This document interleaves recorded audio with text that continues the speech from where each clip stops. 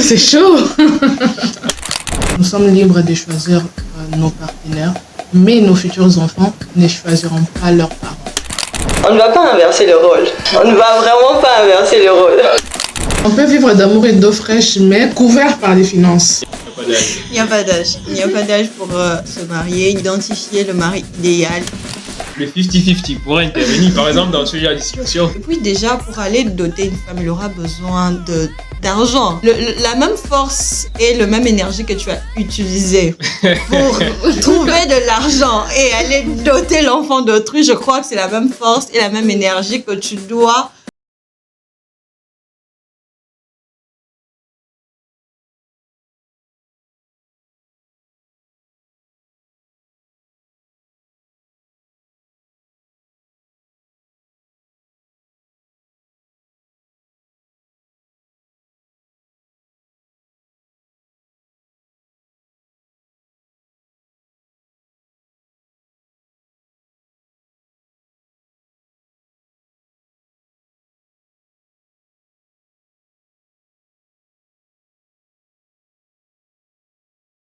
Salut chers auditeurs et auditrices, c'est toujours un plaisir pour nous de vous retrouver sur cette chaîne Drawafit Media. Comme d'habitude, ici nous parlons entrepreneuriat, développement personnel, santé et parcours des grands entrepreneurs qui nous entourent. Si tu es nouveau sur cette chaîne, je t'invite à t'abonner, d'activer la cloche de notification et de mettre un petit pouce bleu pour nous montrer que tu aimes ce que nous faisons. Et si tu es ancien, je te prie d'appliquer la formule habituelle. Aujourd'hui, on se retrouve pour un nouveau numéro de podcast Évolution afin de trancher sur un sujet qui fait couler beaucoup d'encre et de salive, en l'occurrence 50-50 ou 50-50 dans une relation ou dans un mariage.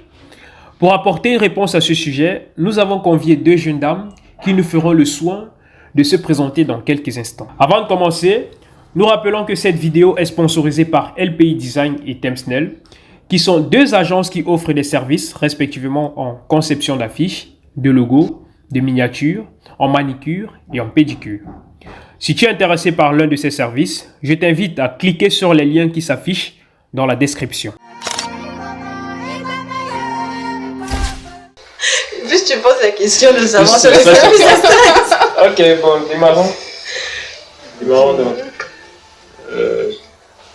Bonsoir, chères demoiselles. Bonsoir. Et bienvenue dans les locaux d'Évolution. Nos auditeurs sont très curieux. Bien évidemment, on voit un nouveau visage. On voit même d'autres nouveaux visages également, notamment celui de vous, mademoiselle. Et de vous aussi, c'est vrai qu'on vous a vu récemment, mais on voit un nouveau visage. Et nos auditeurs aimeraient bien savoir qui vous êtes. On va commencer par vous. On va se tutoyer.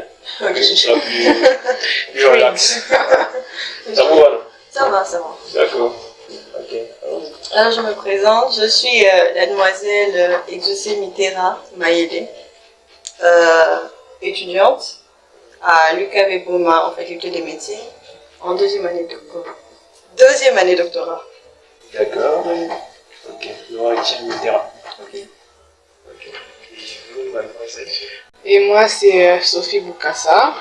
Je suis étudiante en premier doctorat à l'université Jeunesse Kassabou de Deboma. D'accord.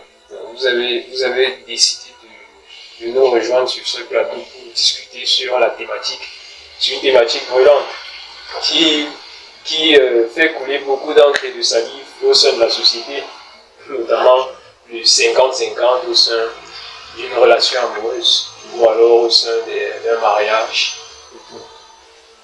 Dites-moi donc, vu que nous en sommes, bon, la première question d'abord que je vais vous poser, c'est qu'est-ce qui vous motive à vouloir répondre à cette question, vouloir participer en fait à particulièrement cette thématique. Bon, personnellement, je dirais que c'est un sujet qui est à la base des conflits dans certains couples.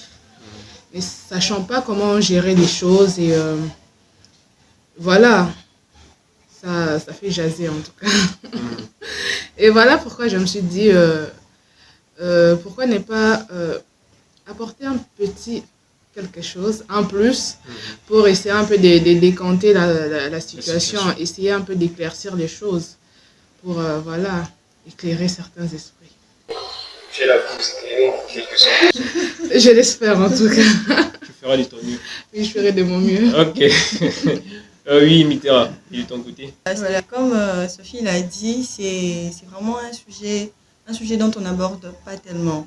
On a, depuis l'époque de nos ancêtres, on nous a toujours dit que voilà, l'homme est au-dessus de la femme et tout, c'est resté comme ça, entré. Donc, on se dit que c'est comme ça. Et on ne sait pas pourquoi est-ce que ça devrait être comme ça. Donc, le débat pourra nous aider à comprendre en fait pourquoi ça doit être comme ça ou pourquoi ça ne doit pas être comme ça. D'accord. Bon, on va donc démarrer avec le débat proprement dit. Ok. Maintenant, qu'est-ce que vous pensez du sujet? Est-ce qu'il est nécessaire pour un couple de faire le 50-50? Est-ce que c'est avantageux? Est-ce que c'est désavantageux? Qu'est-ce que vous en pensez? Ok. À mon humble avis, je dirais que c'est désavantageux.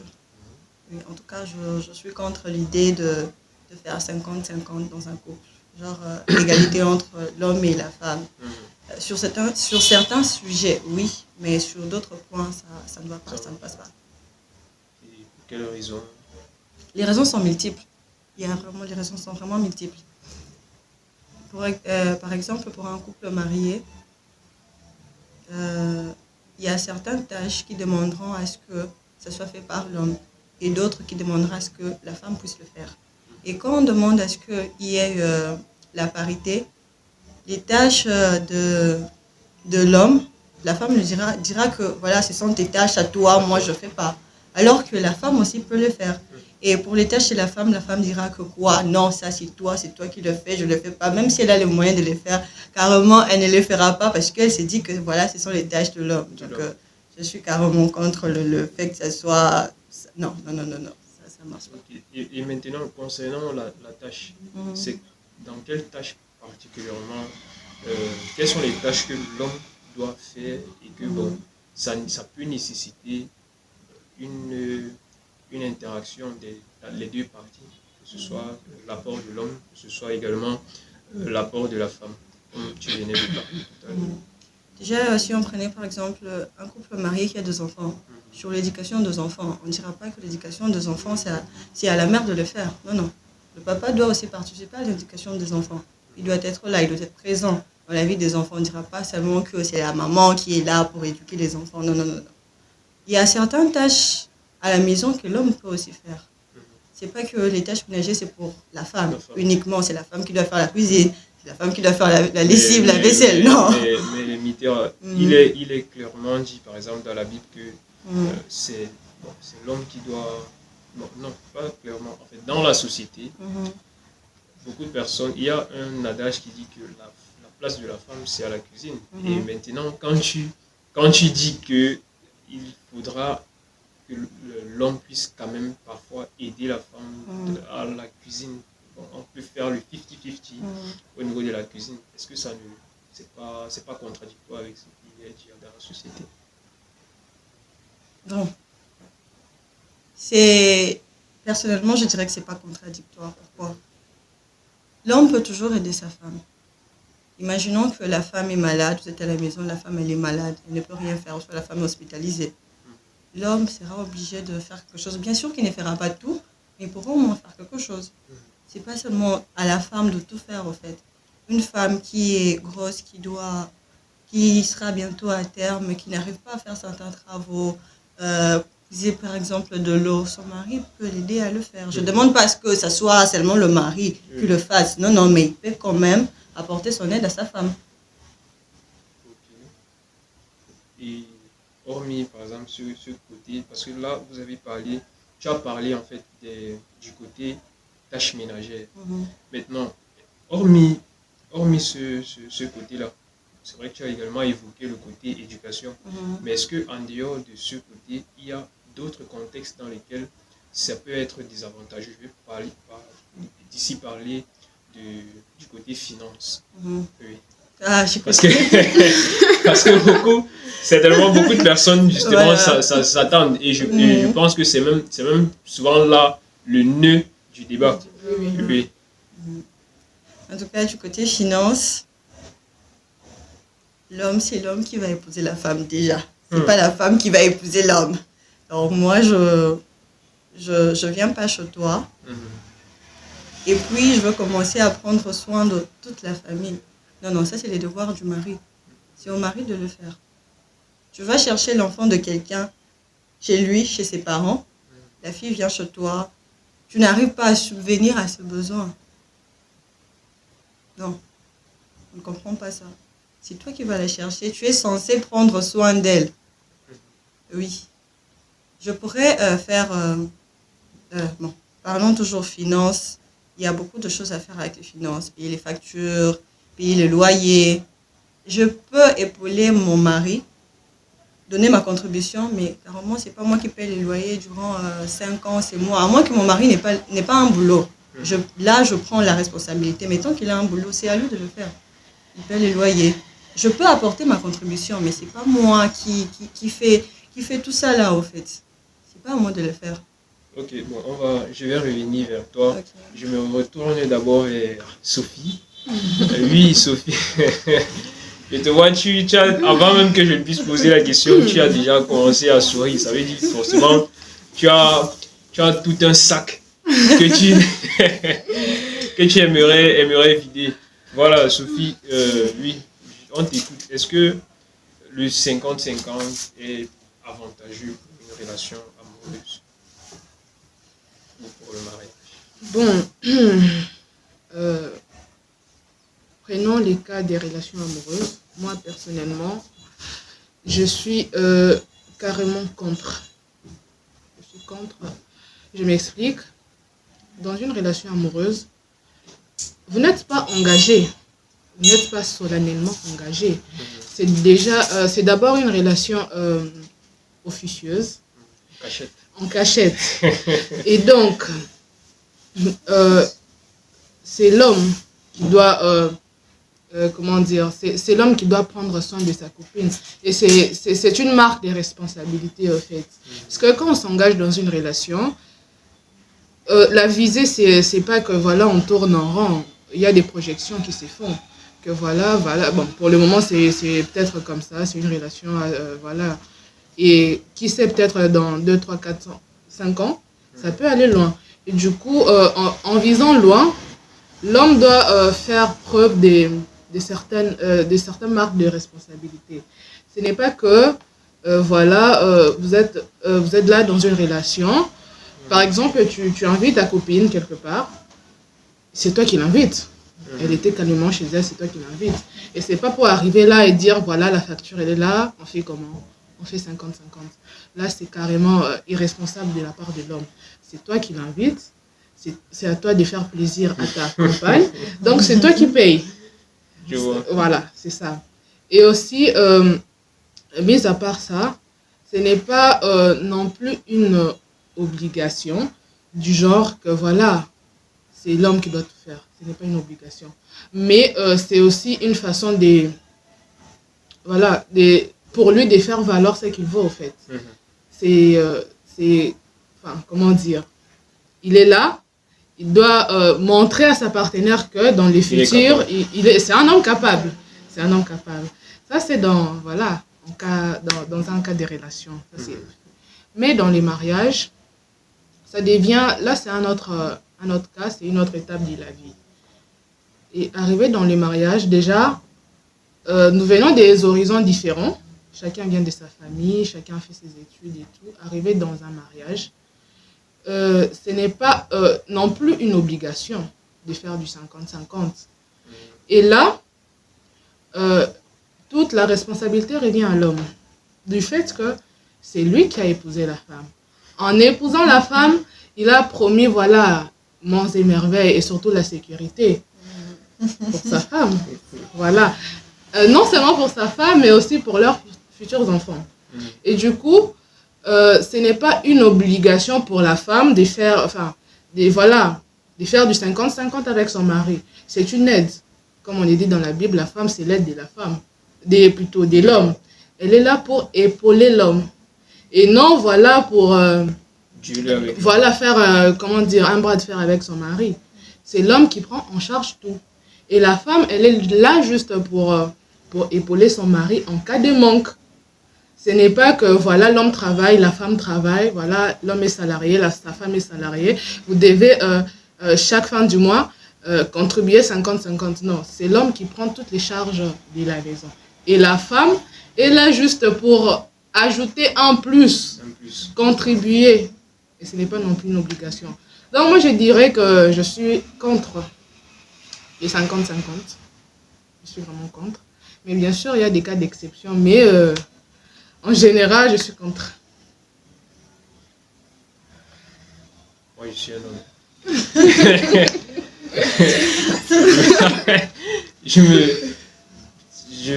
vous comprends. Mais ne pensez-vous pas que le fait de laisser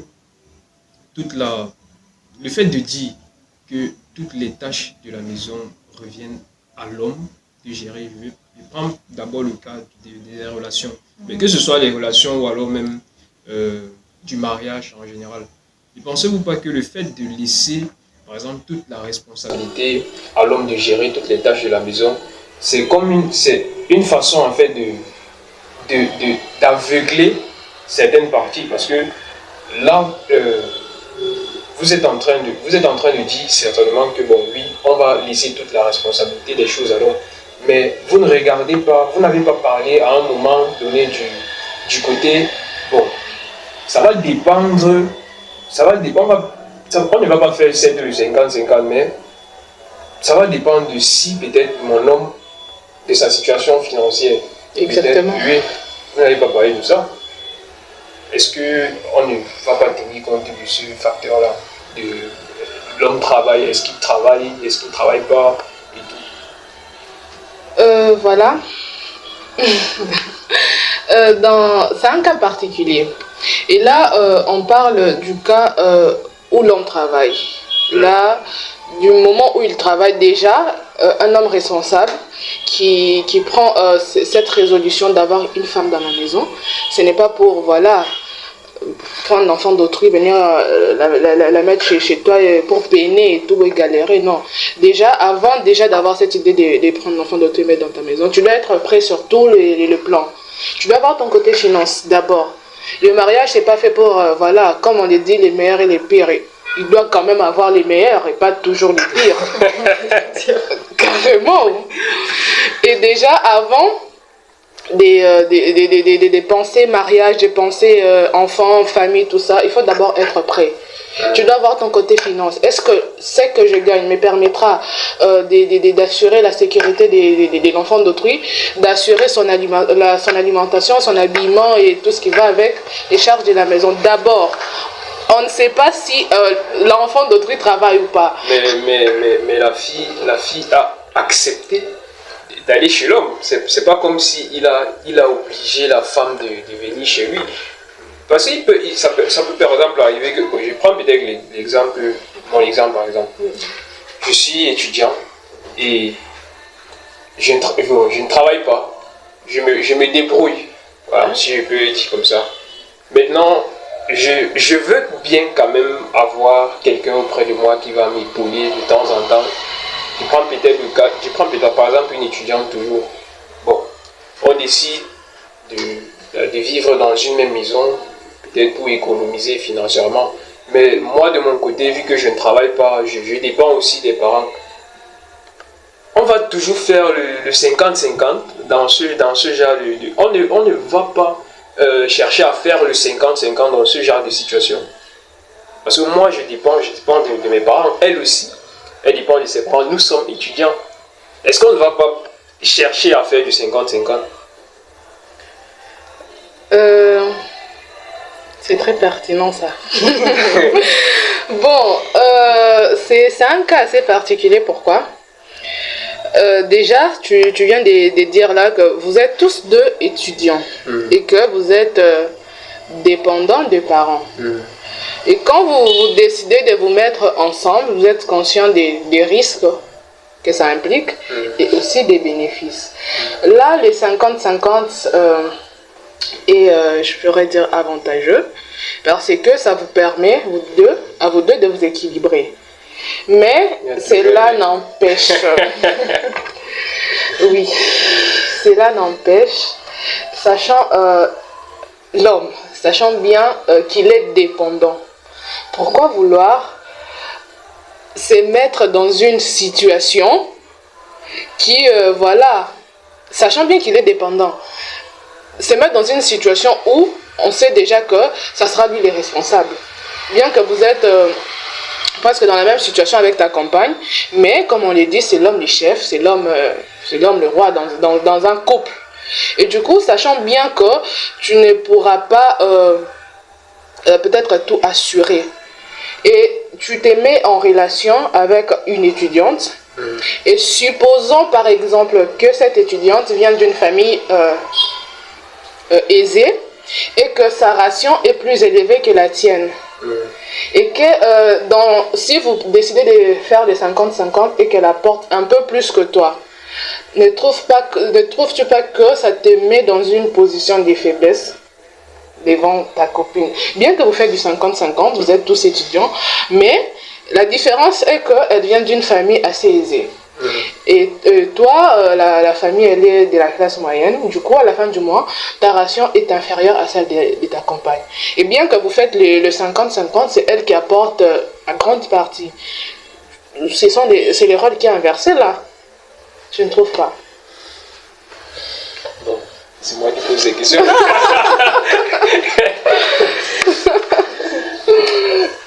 Oui, Mitterrand, par rapport au sujet, qu'est-ce que tu dis? En tout cas, sur ce que Sophie a dit, moi je suis totalement d'accord. Je suis totalement d'accord sur ce qu'elle a dit. Il y a d'abord ce qu'on devrait savoir, c'est qu'il y a des droits et des devoirs. L'homme a des devoirs, la femme a des devoirs. L'homme a des droits, la femme a des droits. Et les devoirs de l'homme ne peuvent pas devenir les devoirs de la femme. Ça c'est sûr. L'homme a ses devoirs et il doit faire en sorte de tenir à ça. Et parmi les devoirs de l'homme, c'est de prendre soin de la femme. On ne va pas inverser le rôle. On ne va vraiment pas inverser le rôle.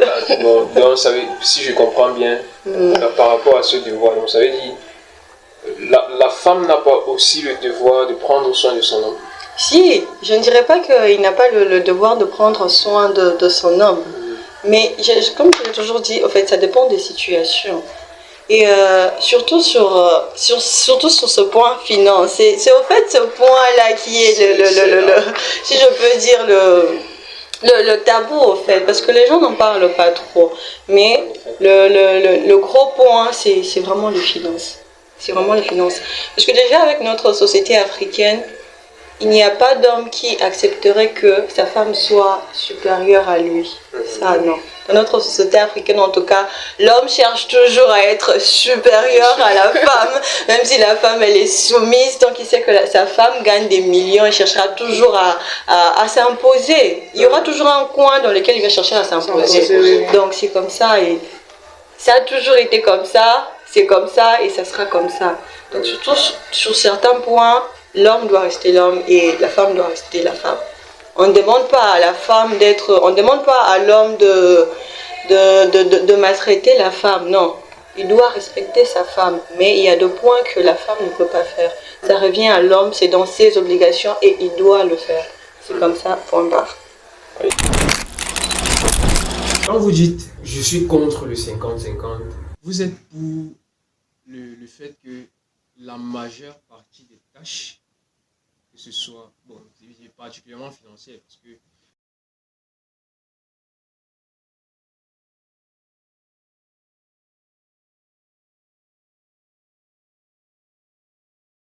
qui va beaucoup plus être mise en avant sur ce côté-là. Maintenant, le côté finance, qui est le point central, ce sur quoi beaucoup de personnes discutent très souvent. Vous dites que vous soutenez que c'est l'homme en fait qui doit gérer presque la majeure partie, voire même toutes les finances de la maison. Mais est-ce que ce n'est pas cruel? Est-ce que ce n'est pas cruel? Est-ce que ce n'est pas ne pas voir la situation peut-être économique de son homme? Ce concept des 50-50 est parti ou est né tout simplement d'un conflit sur les finances. Et c'est les finances qui est un grand problème dans plusieurs couples. Ce n'est pas que c'est cruel, mais on est réaliste, un peu réaliste, du fait que c'est l'homme le responsable, c'est l'homme le chef de la famille.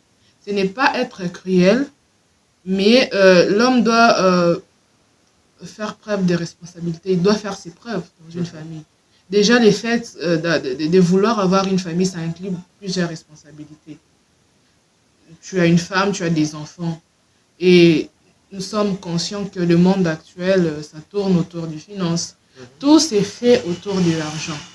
Que ce soit l'éducation, que ce soit la santé, que ce soit l'alimentation, que ce soit l'habillement, tout se retrouve autour du finance. Tout est autour du finance. L'homme qui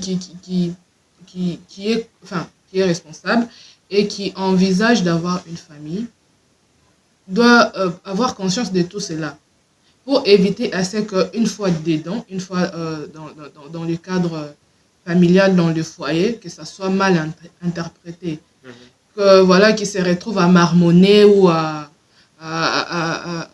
regretter du fait que voilà, je suis là, j'ai ma femme, elle travaille, mais pourquoi c'est moi qui fais tout? Pour éviter cela. C'est lui le chef de famille. Bien sûr, la femme, comme je l'ai dit, doit épauler l'homme. Ce n'est pas que c'est cruel et qu'on laisse tout à l'homme. Non. La femme peut aussi l'aider quand l'homme en manque, quand l'homme n'est pas en mesure d'exécuter une tâche. Prenons les cas où l'homme est au chômage et que la femme travaille. Là, on ne dira pas non plus que voilà, c'est cruel de laisser toutes les charges à la femme. Là, ça se comprend que voilà, pour le moment, l'homme, voilà, il est out, il ne travaille pas, il est au chômage et c'est la femme qui doit quand même, voilà, remonter les niveaux, prendre soin de la famille. On ne dira pas non plus que c'est cruel.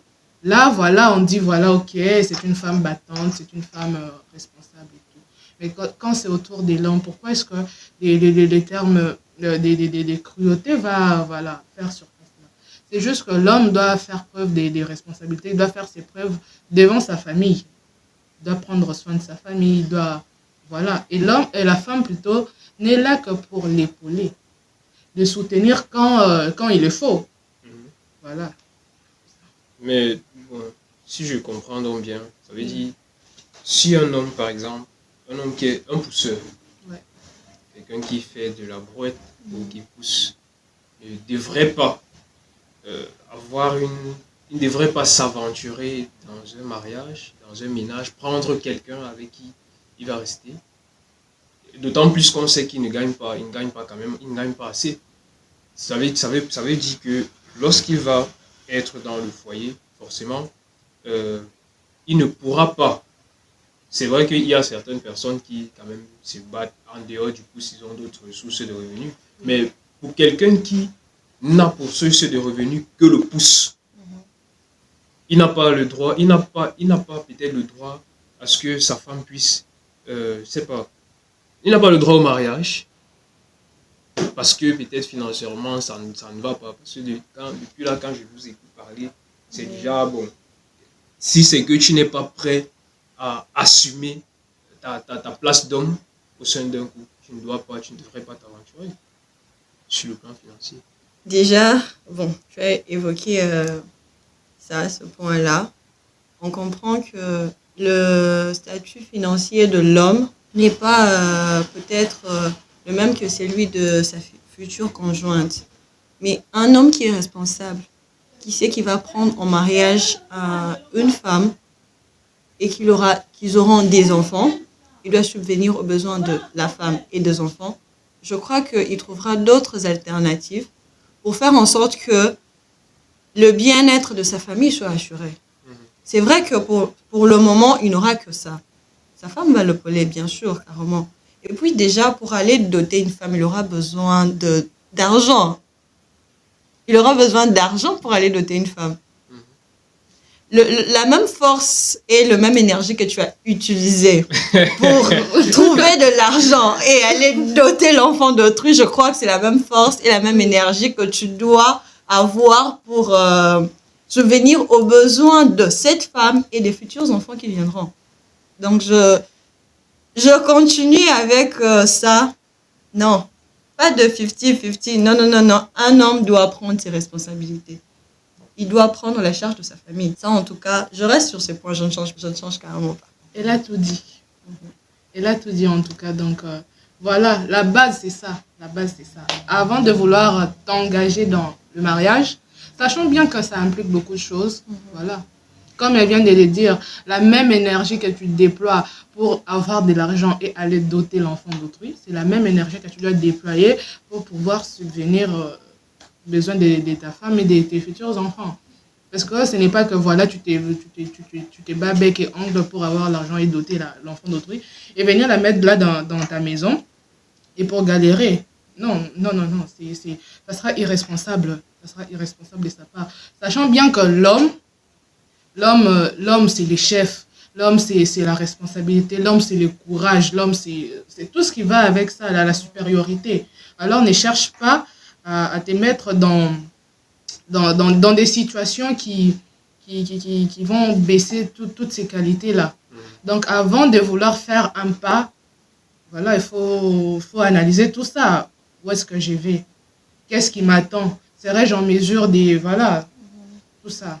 Donc, tout part de là, en tout cas. Comme on l'a dit, je réitère que je suis en tout cas contre. Je suis contre les 50-50, surtout dans le mariage. Parce qu'on est là pour aider, hein. On est là juste pour aider. Et non une obligation que voilà... déjà, le mariage, c'est pas un contrat. Le mariage, c'est pas un contrat. C'est pas un contrat, c'est une union, en fait. Une union. Un homme aime sa femme et voilà, c'est pas genre on signe un contrat, voilà, une fois ensemble, ça sera du 50-50. Voilà, non, non, non, c'est pas un contrat. Mais tout part sur une base. Tout commence au début. Oui. Ils peuvent, bon, jusqu'ici, le mariage, on signe quand même des papiers. Bon, je me demande bien pourquoi on les signe. Mais et quand on les signe, on n'inclut pas les 50-50 dedans. Voilà. C'est juste acte pour la société, pour qu'on sache, voilà, à partir d'aujourd'hui, tel homme et telle femme sont unis devant Dieu, devant l'État, devant les hommes. Voilà. Ce n'est pas que, voilà, ils sont unis et voilà, dans leur foyer, ils feront du 50-50 à la fin de chaque mois. Ce n'est pas écrit comme ça, à ce que je sache, ce n'est pas écrit comme ça. C'est juste pour faire, voilà. Les beaux yeux. Voilà. Pour montrer à ceux que voilà, vous êtes unis, point barre. Ce n'est pas pour inclure que dans votre foyer, vous devez faire ça. Non, mais mentalement, c'est physiquement, ça, on signe juste un papier. Mais je pense quand même que mentalement, on peut savoir, on peut aussi signer mentalement que non, effectivement, c'est du 50-50, là où on est en train de s'aventurer dans un mariage. C'est un sujet que le couple doit aborder avant le mariage. Carrément. C'est pas que on se convenu autre chose, arriver dans le mariage, non, voilà, c'est du 50-50, non. Voilà. C'est un sujet très important que le couple doit aborder avant le mariage. Avant que ça ne devienne sérieux, en tout cas. Parce que moi, personnellement, je ne me vois pas qu'un homme vienne m'épouser et aller dans mon foyer, et voilà, commencer à faire du 50-50 ou galérer. Carrément, non, non, non. Bon, ok. Maintenant, vous ne faites pas du 50-50. Supposons, par exemple, tu travailles, ton homme travaille. Oui. Vous avez deux sources de revenus différentes. Maintenant, vous ne faites pas du 50-50. Bon, supposons, par exemple, que l'homme donne 80%. Parce que je ne veux pas exagérer en disant 100, parce que généralement, c'est ce qui se passe. Oui. Ok. Maintenant, votre argent, ça part où? L'argent de la femme, c'est pour la femme. J'aimerais bien savoir, votre argent part où? Ben, mon argent, c'est pour moi, c'est pour mes enfants, c'est pour ma famille. Et aussi, une part, c'est aussi pour épauler l'homme. Mais dans l'ensemble, mon argent, c'est pour moi. Je fais ce que je veux avec. Non, l'homme ne peut pas faire ce qu'il veut avec son argent. Non, non, non, non, non, non, non. Eh. Non. Ce que lui veut, c'est la stabilité de sa famille. C'est ça. C'est lui qui s'est mis dans des problèmes. Oui. Ah, donc, en se mariant, par exemple, avec vous, c'est se mettre dans les problèmes. Si je comprends bien. Ce n'est pas ça, mais en se mettant dans un couple, Oui.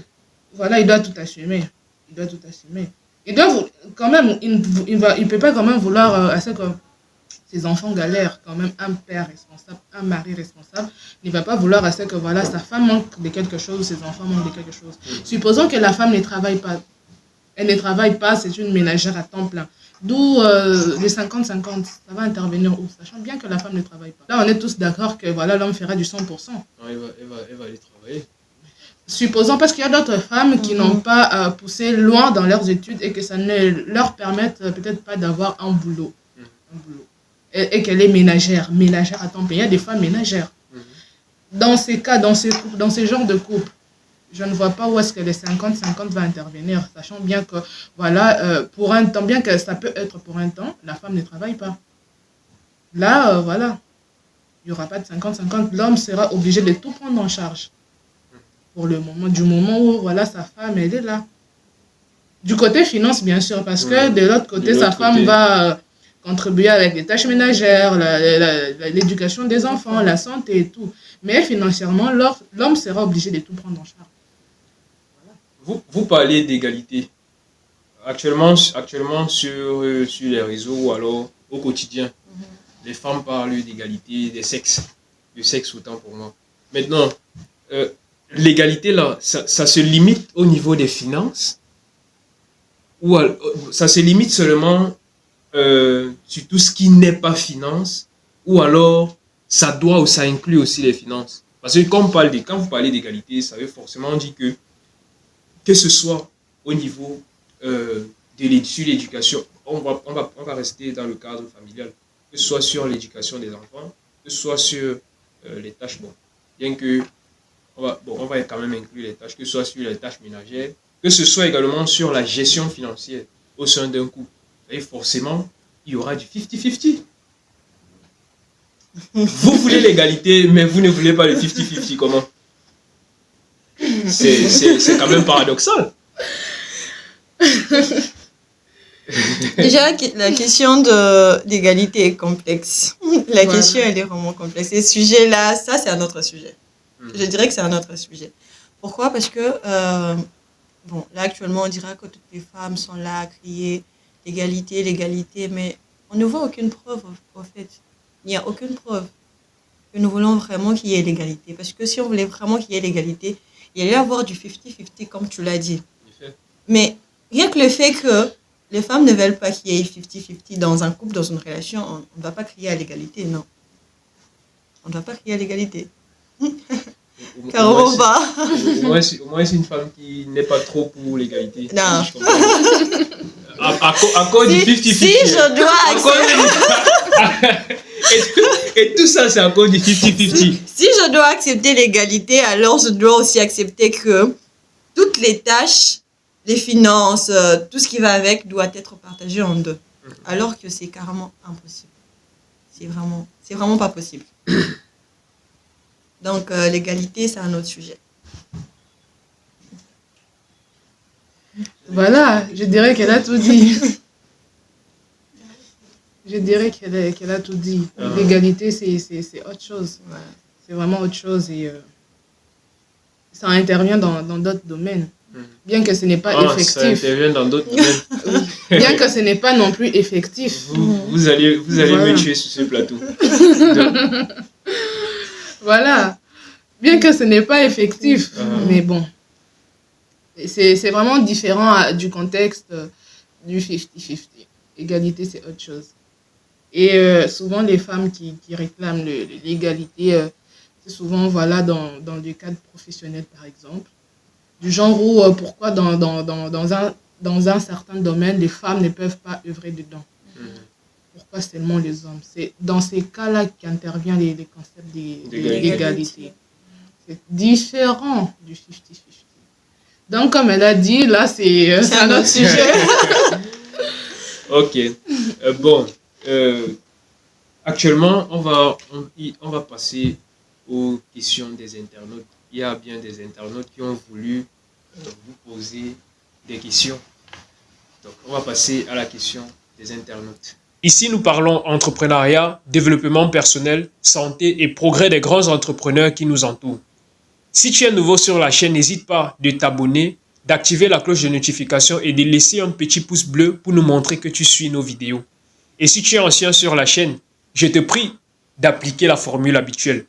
Bon, avant de passer à la question de nos internautes, nous tenons à vous rappeler que Quentin B a son ouvrage intitulé Nafissat, tome 1, qu'il a conçu, ça fait déjà pratiquement 4 ans, et qui est disponible actuellement. C'est le lien est dans la...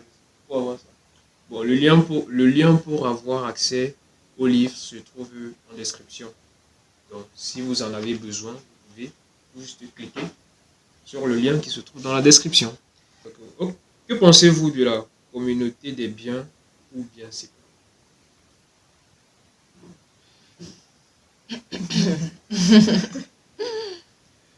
À toi. Ok, déjà, ça aussi, c'est le choix que le couple doit faire avant de signer le papier.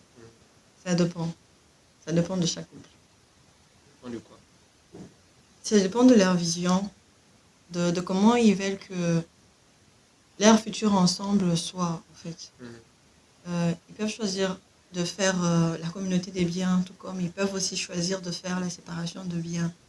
Et je ne comprends pas le fait que certaines personnes, quand certains couples choisissent de faire la séparation de biens, ils trouvent que c'est mal.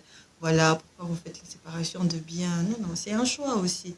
Il y a deux choix. Ils peuvent faire la communauté comme aussi ils peuvent faire la séparation de biens. Mais ça ne voudrait pas dire que... Ok.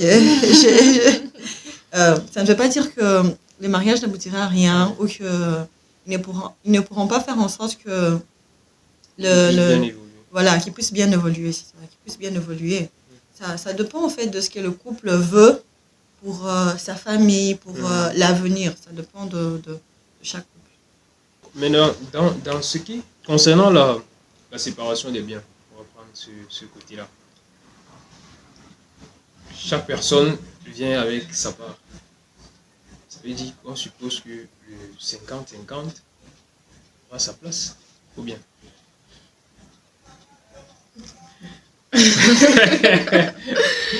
Bon, ce n'est pas que le 50-50 a sa place. Et je dirais que le couple qui choisissent la séparation des biens, je dirais qu'ils envisagent un probable divorce dans le futur. Parce que un couple qui voilà, ils sont là pour les meilleurs et les pires jusqu'à ce que la mort les sépare. Pourquoi envisager la séparation des biens? Sachant bien qu'on est là jusqu'à ce que la mort nous sépare. Donc, nos biens doivent être en commun. Et quand on se dit que voilà, on choisit le régime de la séparation des biens, on suppose qu'on est conscient qu'il se peut ou qu'il est probable que dans un futur peut-être lointain, on puisse divorcer. Donc, dans ces moments-là, c'est à ces moments-là qu'interviendra la séparation des biens. Ce n'est pas du 50-50. Mais Sophie, apparemment, tu t'éloignes déjà de la question. Tu t'éloignes déjà de la question. La question est celle de savoir, lorsqu'un couple choisit le régime bien séparé, ça ne sera pas, le 50-50 sera bien évidemment appliqué, n'est-ce pas? C'est ça la question. Bon. Parce que là, Okay. Là tu tirais déjà sur ceux qui choisissent les biens séparés. Bon, dans ces cas, je dirais que les 50-50 va intervenir. Du fait que chacun est conscient qu'il aura ses biens. Donc, chacun voudra mettre un peu plus et pour qu'en finalité, lors de la séparation, chacun aura quand même un bien consistant. Donc, je dirais que dans ces cas-là, les 50-50 intervient. Et fort.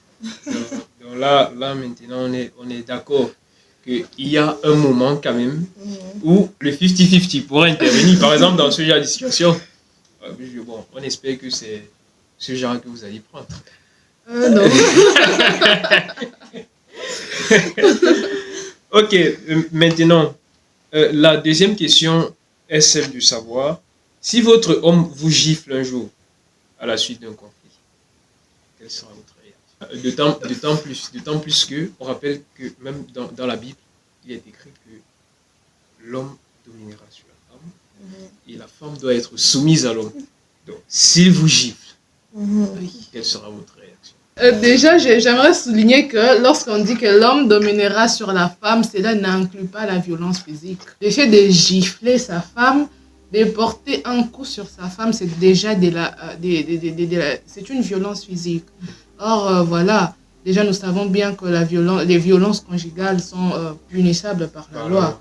Et peu importe le délit de la femme, peu importe l'impolitesse ou l'insoumission de la femme, ou le dégât qu'elle a commis, je ne trouve pas ça raisonnable pour un homme de porter sa main sur sa femme. Il y a plusieurs façons de réprimander sa femme. Les physiques, là, non, quand même. Pour ce qui est de ma réaction, si ça verrait qu'un jour, mon futur mari m'ait giflé, bon... Le linge sale, c'est lave en famille, il me gifle, je pleure, c'est tout. Ah, ok. Okay, parce que je ne vois pas qu'est-ce que je pourrais faire. Je ne peux pas non plus porter un coup sur lui. Non, ça c'est extravagant. Donc, le fait est fait. Donc, il me gifle, je pleure. Je ne rentre pas en tout. J'étais en train de fuir pour éviter d'autres coups. Bon, déjà, pour que mon homme porte sa main sur moi, c'est sûrement que j'ai dû faire quelque chose qui l'a stimulé à lever sa main sur moi. Je veux pleurer. Je veux pleurer, je vais faire la tête. Je ferai tout ce que les femmes font. Non, mais il y a quand même des femmes qui... Tu dis que tu feras tout ce que les femmes font. N'oublions pas qu'il y a des femmes qui portent même sur leurs hommes. Ah non, ça je ne ferai pas. non, ça je ne ferai pas. Je ne porterai pas la main sur mon homme. Je ne vais pas quitter mon foyer parce que mon mari a levé la main sur moi. Non, mais je veux pleurer. Je vais éviter qu'on perde le contrôle de la situation parce que ça peut aller au-delà d'une simple gifle. Donc voilà, chacun restera dans son coin. Et après, quand il reviendra vers moi... Mais vous suivez. Quand il reviendra... Quand monsieur viendra vers moi, je ferai genre, je ferai la tête. Okay. Et voilà. Voilà, et si les gifles sont de façon répétitive, chronique, voilà, comme on dit souvent. Bon, déjà, quand la première fois on tolère, je peux tolérer la deuxième fois, mais quand ça devient une habitude, il faudrait faire attention. Ça risque d'aller au-delà, on risque de perdre le contrôle de la situation. En tout cas, quand tu constates que ça devient répétitif, en tout cas, il faudrait chercher à trouver une solution par rapport à ça. Sinon, on risque de venir te retrouver mort à la maison. C'est pas intéressant. Mais c'est intéressant de suivre vos réponses. Si vous aimez votre fiancé, mais il n'a pas de quoi vous doter, aideriez-vous?